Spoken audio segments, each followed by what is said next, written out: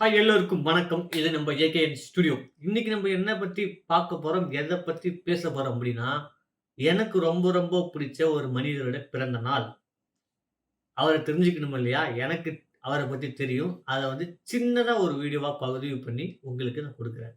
நீங்களும் அவர பத்தி தெரிஞ்சுக்கங்க.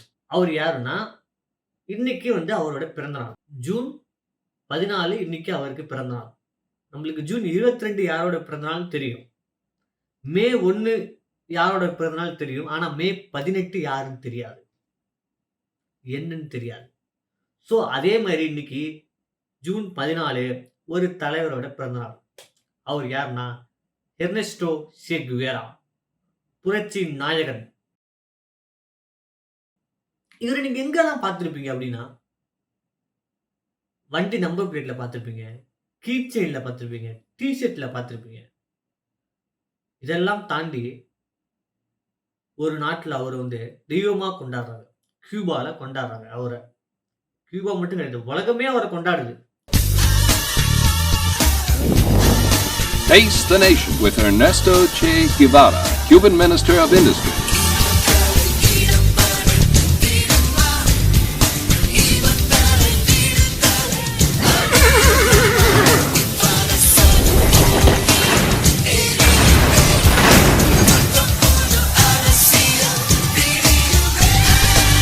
Patria o muerte. அவரு 1928ல அர்ஜென்டினால பிறக்காரு. என்னடா கியூபான்ட்டு அர்ஜென்டினாங்கிற? ஆமா, அவரு சொந்த நாடு அர்ஜென்டினா தான். அர்ஜென்டினால பிறக்கிறாரு.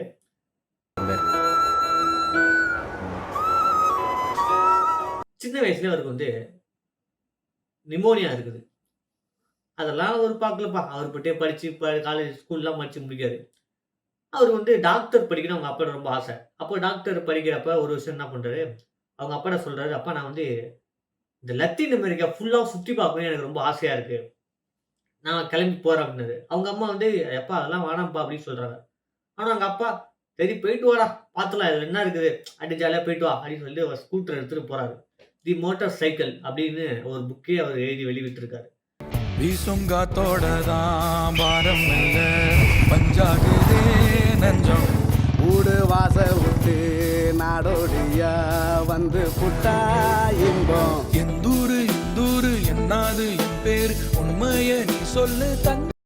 அந்த மாதிரி லத்தீன் அமெரிக்கா ஃபுல்லா போறப்ப என்னன்னா, அங்க மக்களை சந்திக்கிறாரு. அப்ப அந்த மக்கள் என்னவா இருக்கு, என்ன கஷ்டப்படுறாங்க அப்படின்னா, அமெரிக்காவோட அடக்குமுறை மக்கள் மேல தெளிவா தெரியுது. ஏன்னா, உழைக்கிற மக்கள்கிட்ட இருக்க நிலத்தெல்லாம் புடுங்கி அமெரிக்கன்ஸ் என்ன பண்றாங்கன்னா, அங்க உள்ள அதிகாரத்துல உள்ள மக்களுக்கு அத கொடுக்குறாங்க. அப்பன்னா அங்க உள்ள மக்களுக்கு அங்க உள்ள பூர்வ குடிகளுக்கு வறுமை ரொம்ப ரொம்ப கஷ்டமா இருக்கு. ஒரு உணவு கூட உண்ணறதுக்கு வழி இல்லாம கஷ்டப்படுறாங்க. அது ஒரு நோயில மக்கள் சாகிறத விட ஒரு பட்டினியில சாவறத சே குவேரா பார்க்குறாரு.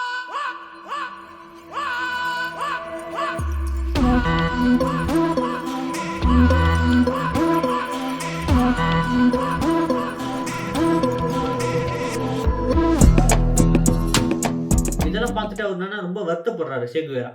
அப்புறம் அந்த காலேஜ் டாக்டர் இத முடிச்சுட்டு 1955ல மெக்சிகோல டெல் காஸ்ட்ரோவ சந்திக்கிறார் சே குவேரா. டெல் காஸ்ட்ரோவா? அது யார்ரா? அவருதான் கியூபா நாட்டுக்காக ஒரு போராளி. கியூபால பட்டிஸ்டா அவரு என்னன்னா ஒரு சர்வாதிகாரி.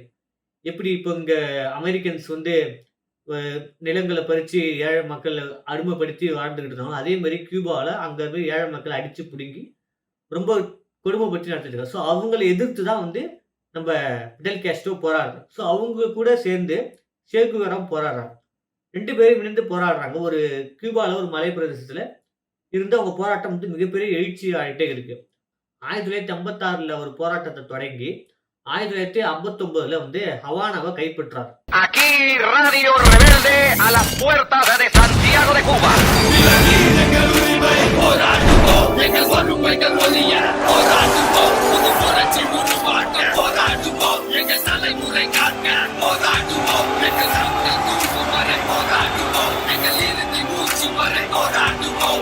அதிரடி மழையா இருக்கிறோம் பெரியா போராளி நாங்கெல்லாம் போராடுவோம். கியூபா நாட்டின் தலைவராக பிடல் காஸ்ட்ரோவும், அடுத்து வந்து அந்த தொழில்துறை அமைச்சராக வந்து சே குவேராவும் நியமிக்கிறார். அவர் என்னன்னா, அ தொழிற்சாலைகள் இருக்குல்ல, தொழில்துறை அமைச்சர்னா, தொழிற்சாலையில் மக்களுக்கு எது வந்து ஏற்றுமதி, இறக்குமதி அங்கேருந்து என்ன எப்படி மக்கள் வந்து பணம் சம்பாரிச்சு வெளிநாடுகளுக்கு ஏற்றுமதி பண்ணி, இறக்குமதி பண்ணி நம்ம பொருளாதாரத்த ஈட்டலாம்னு சொல்லி அவரு யோசிக்கிறாரு. அவரு இல்ல அது இன்னும் இல்லாம என்னன்னா அவர் பண்றாருன்னா,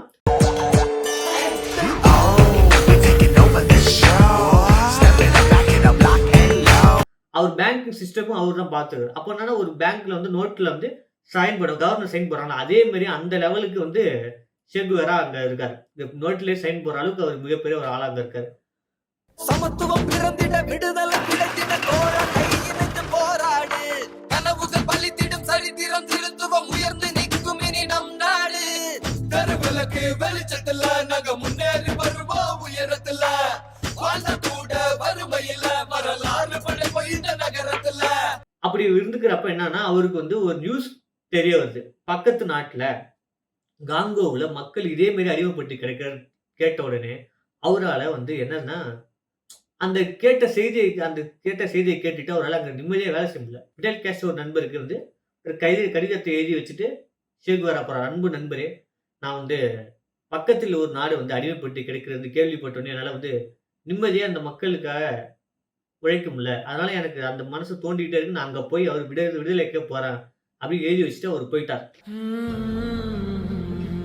அந்த கடிதத்தை ஃபிடல் காஸ்ட்ரோ எல்லா மக்கள் முன்னாடியும் படிக்கிறாரு. அந்த கடிதத்தில் சே என்ன சொல்லியிருந்தாருன்னா, கியூப புரட்சியில் என்னுடைய கடமையை முடிஞ்ச அளவுக்கு முழுசாக முடிச்சிட்டதா நான் நம்புகிறேன். புரட்சிக்கான என்னுடைய எளிய சேவை உலகத்தில் இன்னும் பல இடங்களுக்கு தேவைப்படுது. அந்த மக்களுக்காக என்னோட பயணத்தை தொடங்குறேன். ஒருவேளை வேறொரு நாட்டில் என்னுடைய சாவு நடக்கிறதா இருந்தாலும் என்னோட கடைசி நினைப்பு கியூபா மக்கள் மேலேயும் என்னோட நண்பன் ஃபிடல் மேலேயும் தான் இருக்கும். என்னோட மனைவிக்கும் குழந்தைகளுக்கும் நான் எந்த சொத்தும் சேர்த்து வைக்கல. நான் அவங்களுக்காக எதுவும் கேட்க போகிறதும் இல்லை. ஏன்னா இந்த நாடு அவங்களுக்கு நல்ல வாழ்க்கையையும் கல்வியையும் கொடுக்கும்னு எனக்கு தெரியும். சே குவேரா வந்து காங்கோ மக்களுக்கு போராட போறாரு. அங்க என்னன்னா, காங்கோ மக்கள் வந்து சே குவேராவ வந்து காட்டி குடுத்துடுறாங்க. காட்டி குடுத்தோனே சரி அங்க இருந்து என்ன பண்றாரு, சரி இவ்வளவு தூரம் நம்ம அங்கேருந்து நண்பர் கடிதம்லாம் எழுதி வச்சுட்டு வந்துட்டோம். திரும்பவும் நம்ம வந்து கியூபா போ முடியாது அப்படிங்கிறப்ப பக்கத்து நாடான பொலிவியாவுக்கு போறாரு. தன் உடைகள்லாம் மாத்திட்டு, தலைமுடியெல்லாம் மாத்தி, ஃபுல்லா தன் உடையிலே மாத்திக்கிட்டு அவர் பொலிவியாவுக்கு போறாரு. பொலிவியா அரசு வந்து அவரை பிடிச்சிட்டு அமெரிக்காட்ட சொல்லுது. இந்த மாதிரி நாங்க வந்து சே குவேராவ பிடிச்சிட்டோம் அப்படின்னு சொல்லி அமெரிக்கா சொல்லுது. உடனே அமெரிக்கா வந்து சுட்டு கொல்லிடுங்க அவன உடனே அப்படின்னு சொல்லி அமெரிக்கா சொல்லுது. அப்ப வந்து பொலிவியா அரசு என்ன பண்றது, ஒரு ஒரு ஒரு பில்டிங்ல வந்து அந்த பொலிவியா அரசு என்ன பண்ணுது, சே குவேராவ தங்க வைக்கிறாங்க. சே குவேராவுக்கு உணவு கொண்டு வர ஒரு பெண்மணிகிட்ட, "இது என்ன இடம் இவ்வளவு துர்நாற்றமா இருக்கு?" அப்படின்னு கேட்கிறாரு. "இது எங்க பள்ளிக்கூடம் அது. இந்த குழந்தைங்களுக்கு படிக்கிற இடம். ஏன் இது இப்படி இருக்கு?" அப்படின்னு சொல்லி கேட்குறாரு. "இப்படிதான் இங்க இருக்கு. நெறைய ஸ்கூல் இங்க இப்படிதான் இருக்கு" அப்படின்னு சொல்றாரு. அப்ப அவர் சொல்றாரு, "இதுக்கெல்லாம் சேர்த்து தான் நான் போராடுறேன்" அப்படின்னு சொல்லி சே குவேரா சொல்றாரு. 1967 அக்டோபர் 9 வந்து அவர் கொல்லப் போறாங்கன்னு அவருக்கு தெரியுது. பொலிவியா ராணுவத்துல ஒரு பையன் வந்து கன்னெல்லாம் லோட் பண்ணிட்டு துப்பாக்கி எடுத்துட்டு வராப்புல. அவர்கிட்ட சொல்றாரு, "சுடு என்ன பார்த்து" அப்படின்னு சொல்றாரு. அப்போ வந்து அவருக்கு வந்து கை நடுங்குது. "ஏய் கோழையே, நீ வந்து சே குவேராவ சுடல. சாதாரண மனுஷன சுடுற மாரி நெனச்சுக்கிட்டு சுடு என்ன" அப்படின்னு சொல்லிட்டு 9 தோட்டாக்கள் வந்து அவர் நெஞ்சில பாஞ்சு, அங்கேயே அவரு உயிர் போயிடுது.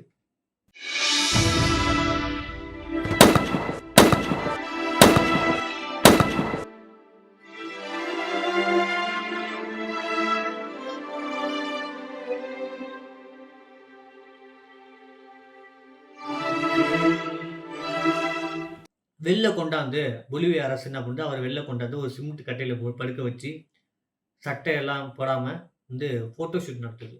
சே குவேராவ அந்த சிமெண்ட் பலகையில படுக்க வச்சிருக்கப்ப, அவருடைய 2 மணிக்கட்டுகள் வெட்டி அங்க வச்சுட்டாங்க.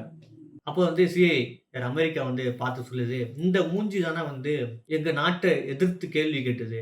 எங்க நாட்ட போராடி பார்த்து ஏளனமா சிரிச்சுது. இப்ப பாரு அந்த மூஞ்சி எப்படி இருக்கு பாரு" சொல்லிட்டு ஃபோட்டோ எடுக்குறாங்க. சுத்தி மக்கள், அங்க ஊர் பொலிவியா உள்ள மக்கள்லாம் வந்து சே குவேராவ பார்த்துட்டு போறாங்க.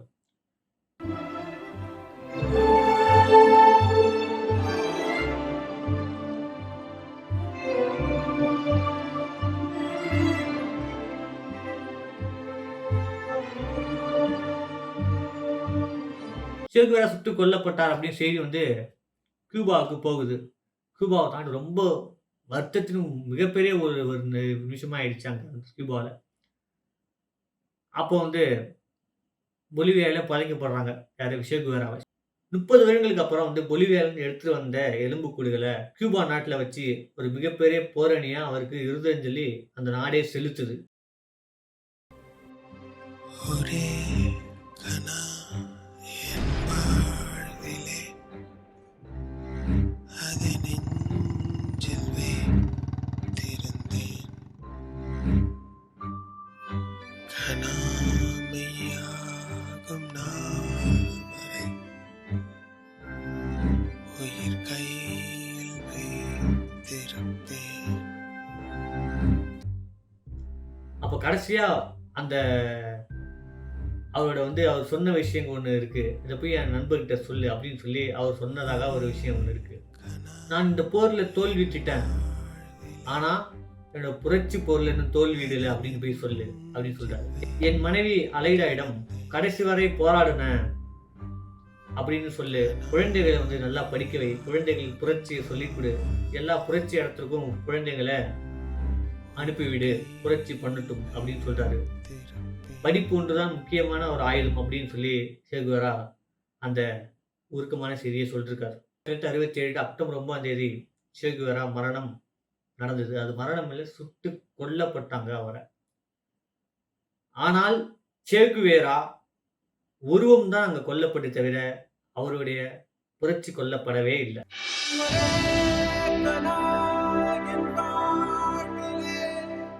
அதை நெஞ்சில் வைத்திருந்தேன். கனாமையாகும் நாள் வரை உயிர் கையில் வைத்திருந்தேன். வானே என் மேல் சாய்ந்தாடுமே, நான் நீண்டு காட்டுவேன். நீ என்னை கொஞ்சம் கொஞ்சினாய், நிலாவை வாங்குவேன். புரட்சியின் சின்னமாக உலகமெங்கிலும் அவர் வந்து தோன்றினார். எங்க பார்த்தாலும் வந்து சே குவேரா அவரோட இப்ப நீங்க கம்மியா பார்க்கலாம். ஆனா இதுக்கு முன்னாடி நாங்க 90ஸ்லாம் வந்து எங்க பார்த்தாலும் எது ஒரு புரட்சினா சே குவேரா போட்டோ அங்க இருக்கும். சே குவேரா தான் புரட்சியின் அடியாளமாக திகழ்ந்தார். அப்படியாப்பட்ட சே குவேரா இந்தியாவுக்கு வந்திருக்கார். என்ன சொல்றீங்க? இந்தியாவுக்கு வந்திருக்காரா அப்படிங்கிற நிறைய பேருக்கு தெரியாது. எனக்கு தெரிஞ்சு சே குவேரா இந்தியாவுக்கு வந்தது ஒரு சில பேருக்கு மட்டுமே தெரியும். சே குவேரா இந்தியாவுக்கு வந்தது. அவர் எப்ப இந்தியாவுக்கு வந்தாருன்னா கியூபா ஆட்சியில இருக்கும்போது, கியூபா ஆட்சியில வந்து மினிஸ்டரா இருக்கும்போது இந்தியாவுக்கு வந்திருக்காரு. 1959 30 நியூ டெல்லிக்கு சே குவேரா வந்திருக்காரு. அப்போ அவர் வந்தப்ப ஒரு ஏழை விவசாயி அவருக்கு மாலையை போட்டு வரவேற்றாங்க. அப்போ உள்ள ஜவஹர்லால் நேரு வந்து கை கொடுத்து பேசியிருப்பாரு. அந்த ஊர் மக்கள்கிட்ட நிறைய பேசியிருக்காரு. மக்கள் பேசுனது அதிகாரிகள் வந்து அவர்கிட்ட ரொம்ப இணக்கமாக பழகியிருக்காங்க. அவர் புக்ல கூட எழுதியிருப்பாரு. நண்பர் பிடெல் காஸ்ட்ரோக்கு இந்த மாதிரி இந்தியா மக்கள் வந்து அரவணைப்போட இருக்காங்க. அவங்க நம்மள ஏத்துக்கிறாங்க அப்படின்னு சொல்லி எழுதியிருப்பாரு. அது மட்டும் இல்லாம அப்போ வந்து ரேடியோ தானே இருக்கும். ரேடியோ தானே அதிகமா உலகம் ஃபுல்லா கேட்கப்பட்டது, இந்தியா ஃபுல்லா. அப்போ வந்து என்னன்னா ஒரு ரேடியோவுக்காக ஒரு பேசியிருக்காரு. ஒரு இன்டர்வியூ குடுத்துருக்காரு. அப்பவே ஒரு லேடிக்கு வந்து இன்டர்வியூ சேனல்ல குடுத்துருக்காரு நம்ம சே குவேரா. அப்புறம் அவர் அங்க போயிட்டாரு. அதுக்கப்புறம் வந்து இந்திரா காந்தி இருக்கப்போ வந்து பிடெல் காஸ்ட்ரோ இந்தியாவுக்கு வந்திருக்காங்க. இப்போ ரீசெண்டா போன வருஷம் கூட சே குவேராவோட பொண்ணு கூட சென்னைக்கு வந்திருக்காங்க. நீங்க வலைதளங்கள்ல நியூஸ் இருக்குது பாருங்க. அவங்களே வியந்திருக்காங்க. இது என்ன இது? இது வந்து நான் வந்து இந்தியால இருக்க ஒரு இடத்துக்கு வந்திருக்கானா, இல்ல வந்து எங்க ஊருக்கு வந்திருக்கானா அப்படிங்கிற மாதிரி இருக்கு இந்த ஊர் பார்க்கறதுக்கு. ஸோ அவ்வளவு நெகிழ்ச்சியா வந்து அவர் பேசினாங்க. Eso es un objetivo común para todos nosotros. This is the common objective that we have for all of us. Y todos tenemos que unir la fuerza para defender lo que creemos que es justo. என்றுமே சேகுவேரா எல்லார் மனசுலையுமே ஒரு ஆணி vera புரட்சினா Che Guevara தான் அப்படின்னு ஒரு நம்பிக்கையோட வாழ்ந்துகிட்டு இருக்கார். எங்க மனதில் எங்களை மாதிரி ஒரு இளைஞர் மனதில் சேகுவேரா என்றுமே வாழ்ந்துகிட்டு இருக்கார். அவரோட சில பொன்மொழிகள் நான் சொல்றேன். எந்த நாடெல்லாம் அடிமைப்பட்டு கிடக்கிறதோ அந்த நாடெல்லாம் என் தாய் நாடு அப்படின்னு சொல்லிட்டு இருந்தார். ஸோ அதுதான் சேகுவேராவோட தனித்துவமானது. இப்போ நம்ம ஊர்ல இருக்க தலைவர்கள் நம்ம இந்தியாவுக்கு தமிழ்நாட்டுக்கு ஒரு போராட்டத்துக்கு நின்னாரு. ஆனா சேகுவேரா இவர்கள தனித்துவமான ஆளு. ஸோ எந்த நாடெல்லாம் அடிமைப்பட்டு கிடைக்கிறதோ அங்கெல்லாம் அதுதான் என் தாய் நாடு. அந்த நாட்டுக்கு தான் போராட்டத்துக்கு நான் போனேன். சரி அதனால தான் சேகுவேரா உலகம் ஃபுல்லாவும் அவரை கொண்டாடுறதுக்கு காரணம். சேகுவேரா பத்தி நான் சொன்ன விஷயங்கள் நிறைய விஷயங்கள் உங்களுக்கு பிடிச்சிருந்தா லைக் பண்ணுங்க. சேகுவேரா வாழ்க்கை வரலாறு ஃபுல்லா உங்களுக்கு த்ரோட்டா A to Z வேணும்னா நீங்க கமெண்ட் பண்ணுங்க. நான் அதை பத்தி உங்களுக்கு சொல்றேன். ஏதாவது சின்ன ஃப்ளா இருந்தாலும் சாரி, மன்னிச்சிடுங்க. வருத்தமா இருந்ததுன்னா. ஏன்னா இன்ன வரைக்குமே சேகுவேராவுமே சில பேர் இழிவா பேசுறாங்க இந்த காலகட்டத்துல. சேகுவேராவின் உருட்டுகள் சொல்லி ஏதோ தப்பு பேசுறாங்க. பரவாயில்ல. என்ன சொல்றது? ஒரு நாணயத்துக்கு 2 பக்கம் இருக்கும் தானே. இவரு புகழ்றவங்களும் இருப்பாங்க, ஒரு தப்பா பேசுறவங்களும் இருப்பாங்க. அது ஒண்ணுமே பண்ண முடியாது. நம்ம காந்தி சாருக்குமே இருக்குது. எல்லாருக்குமே இருக்குது இல்ல. ஸோ அதுமாரி நம்ம எதுவும் பண்ண முடியாது. சேகுவேரா புரட்சி நாயகன் என்றும் வாழ்க. உங்கள் நினைவில் என்றும் சேகுவேரா. சேகுவேராக்கு நீங்க பிறந்த நாள் வாழ்த்துக்கள் சொல்லலாம் எல்லாரும். அவரு உடல் இங்க இல்லைனாலும் அவர் விதைத்த விதை புரட்சி எல்லார் மனசுல இருக்குன்னு நினைக்கிறேன்.